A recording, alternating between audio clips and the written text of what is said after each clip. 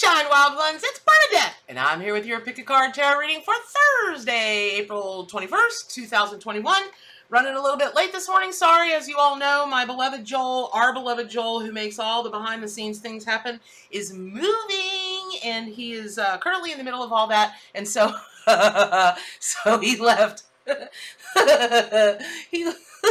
He left the tech in what he said was my very capable hands, and I'm here today to prove that was a bunch of malarkey. So, bear with me, y'all. This week is going to be a bumpy ride because it's the last week of the Kickstarter. And before we get started with the reading, which is so positive, I'm so excited to share this with y'all today. I will have to say that I have made a deal with you all that you may not know about yet, because I know there are a bunch of y'all that watch the readings and whatnot that still haven't, pledged the book. And it's not really pledging the book or pledging Kickstarter. It really is for yourself, for your own relationship with the animal kingdom and nature, and getting to know how to work with those energies and that kind of thing a little bit differently. And yes, I look like Sonic the Hedgehog this morning because my beauty regimen was left in my own very capable hands. Okay, but here's the thing about Kickstarter. So I know we're going to reach the first stretch goal, which is $35,000, which unlocks the first add-on book, which is Domestic Cats.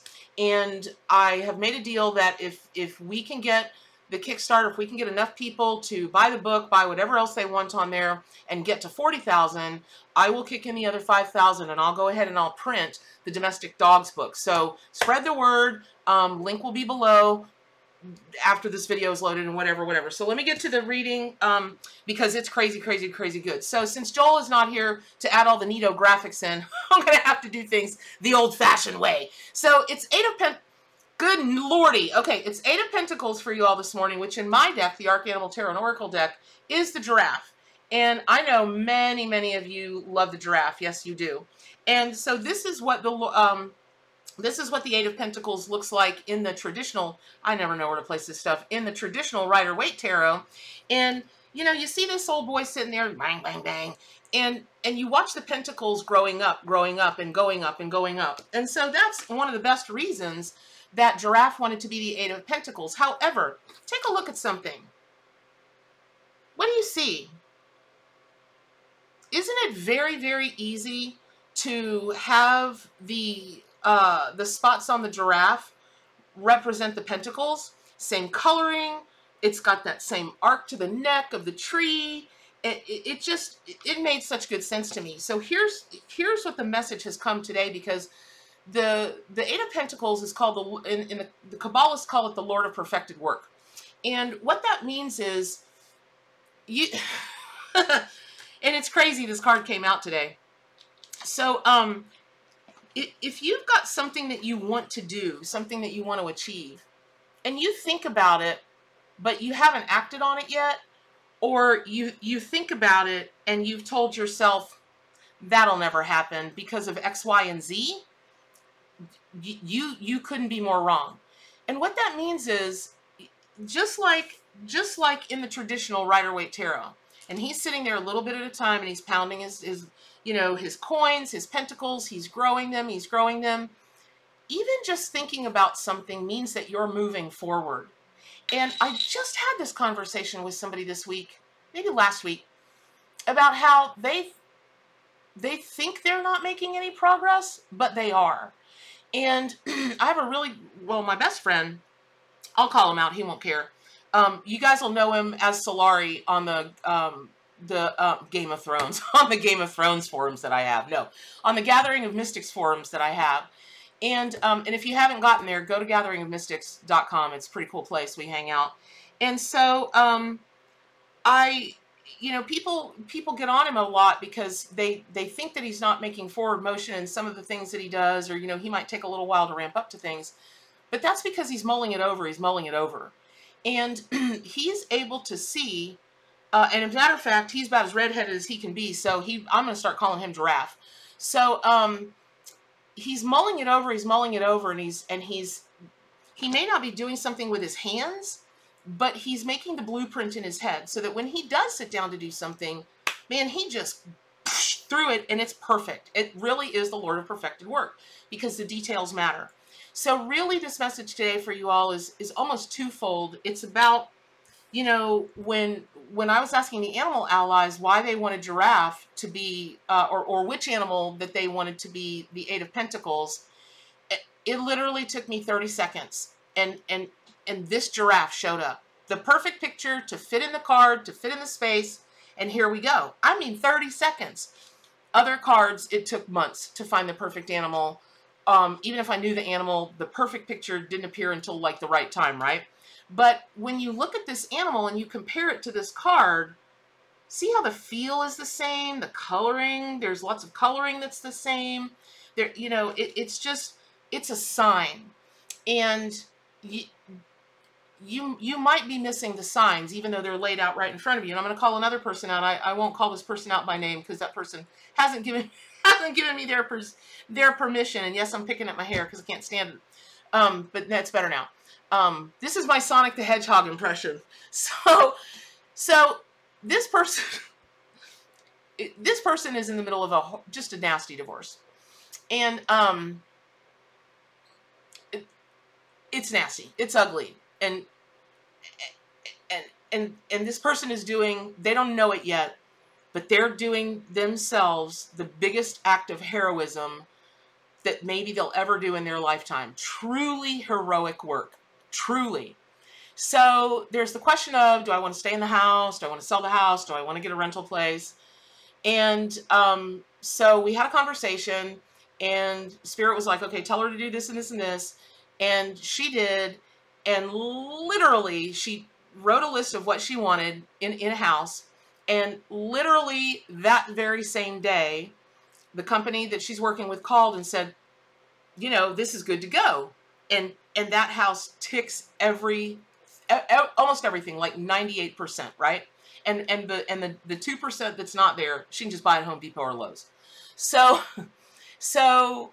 then it's the questioning. Well, is this the universe talking to me? Is this a sign? I'm like, come on now.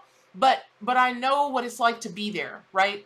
Listen, I would love to sail through my lifetime all day, every day, and just trust every single solitary thing that comes through. But when you've got a lot riding on your decision, sometimes it can be a little tougher to do that, right? So when this card compared to the traditional Rider-Waite tarot card meanings, you know, for the Eight of Pentacles, the meanings were always going to be the same, but not, because then you start to add all of the energy and medicine of Giraffe, which for my tall, and oh my God, by the way, Solari, my bestest friend, he is, well,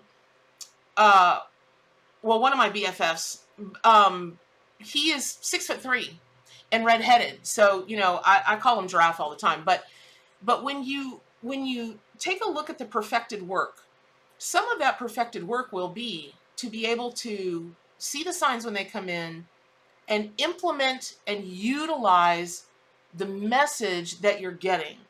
It's not enough just to receive the message.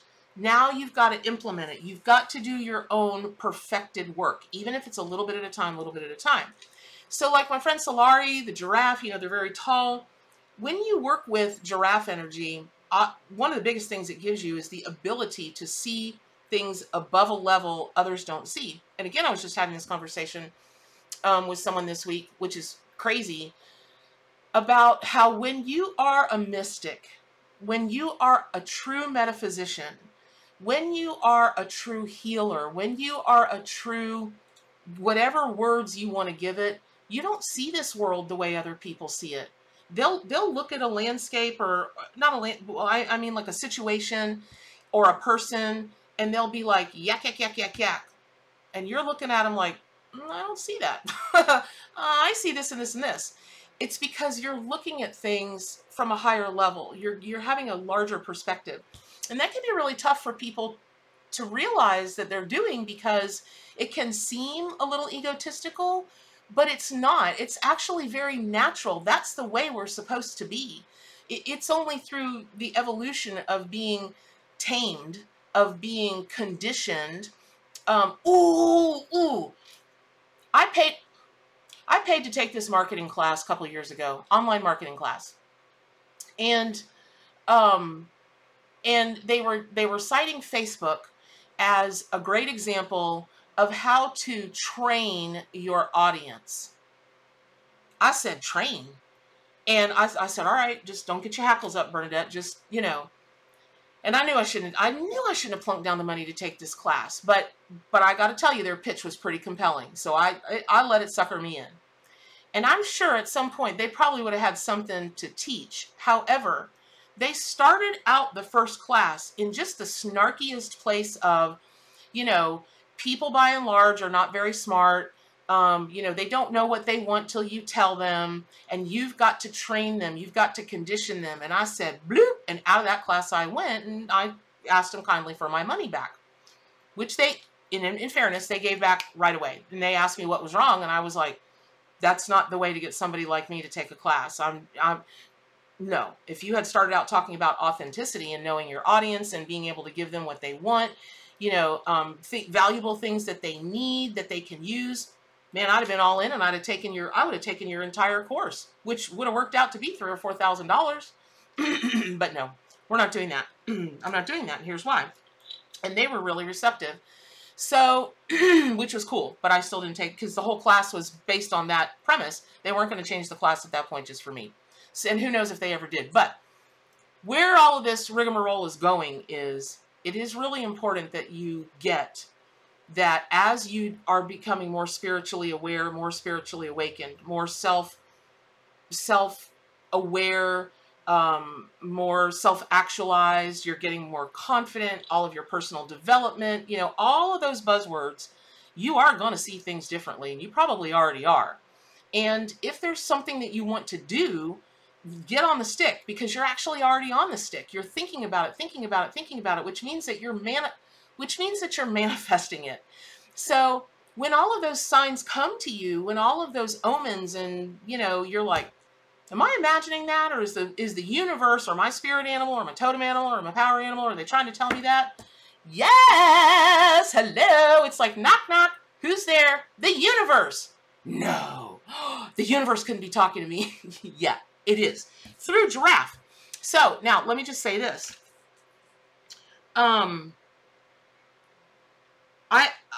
There's a large age range of folks that watch my spirit animal videos, and that is cool. Especially all of you all that are like 18 to 24 and then 24 to 32 or whatever. That is so cool, because you all tend to watch these videos from beginning to end. It's crazy, and I love it, because what that tells me is the new generation that's coming up is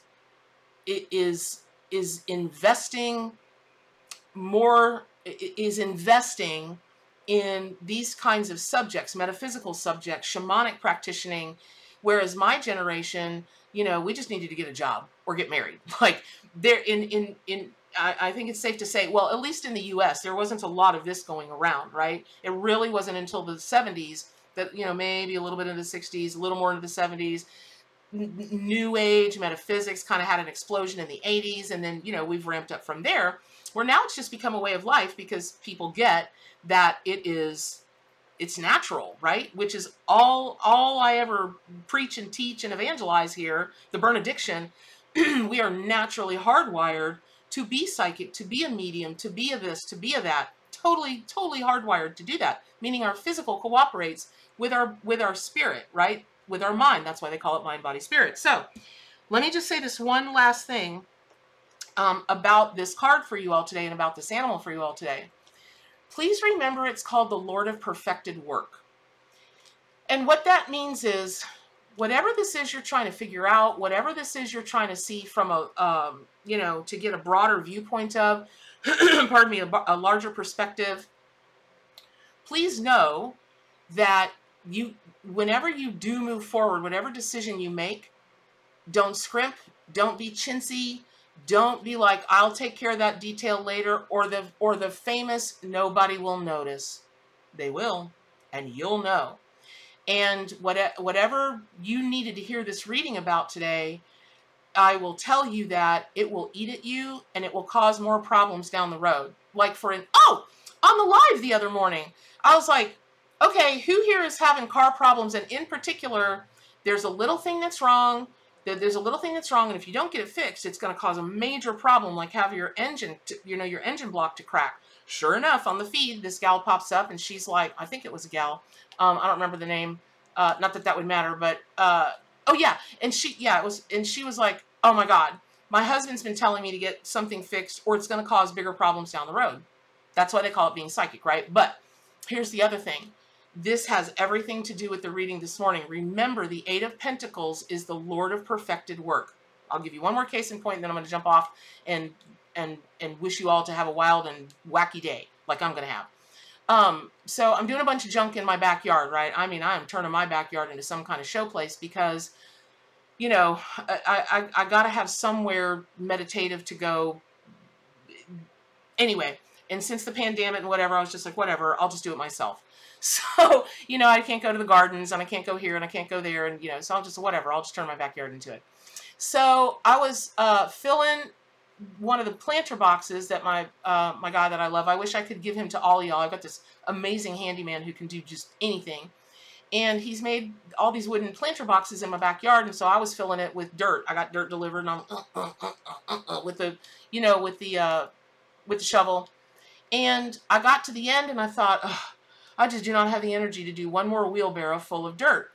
I'll just cover it with leaves, you know, because that's good mulch. I'll cover it with leaves. And then I was like, that's dumb, because those leaves are going to break down, and then you're just going to have to fill it with more dirt, and then the root ball is going to be farther down. In the time it took for me to convince myself, excuse me, pardon me, y'all.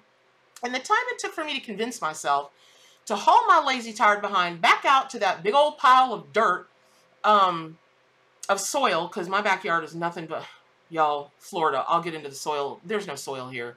There's not even dirt. I don't even know what it is. It's like, it's not even clay. It's nuts. So if you want to plant anything where I live, you've got to haul in real soil, and then you got to do all kind of junk to it.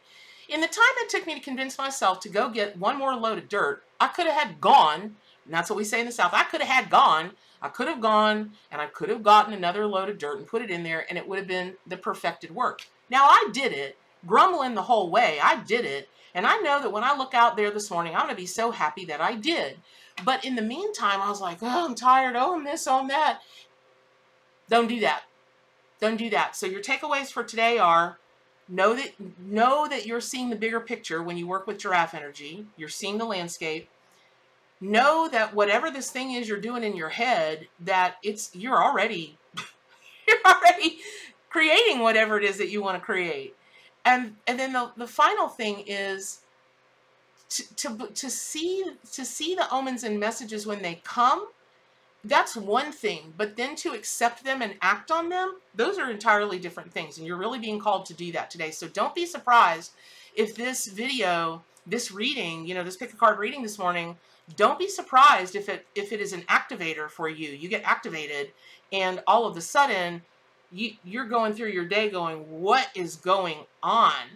Because even if you're a person that sees things at one level, and you know that you're seeing through the eyes of a mystic, through the eyes of a metaphysician, through the eyes of a shamanic practitioner, psychic medium, whatever you want to call it, tarot reader, intuitive tarot reader, all of us can be activated to see at even bigger and deeper. I get activated by things all the time, like doing these readings for you all. I mean, I'm so grateful to y'all for a lot of reasons, but this is one of the biggest reasons. You've been so kind and so accepting and so generous with your, you know, with your support, that every day it seems the Spirit is pushing me to a new level, a new level, a new level, a new level, a new way of working with the with the animal allies. And I'm so grateful for it, because, you know, until you're doing it, how would you know that you're not at a level that you really could be?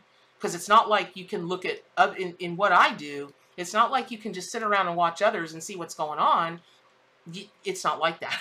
So anyway, all right, so I could talk about this stuff all day long, and which is why I wear permanent lipstick, because if I didn't, my lipstick would just, or not permanent, but like all day long lipstick, my lipstick would just fly right off my face because I talk so much. So anyway, I love you guys. Thank you very much.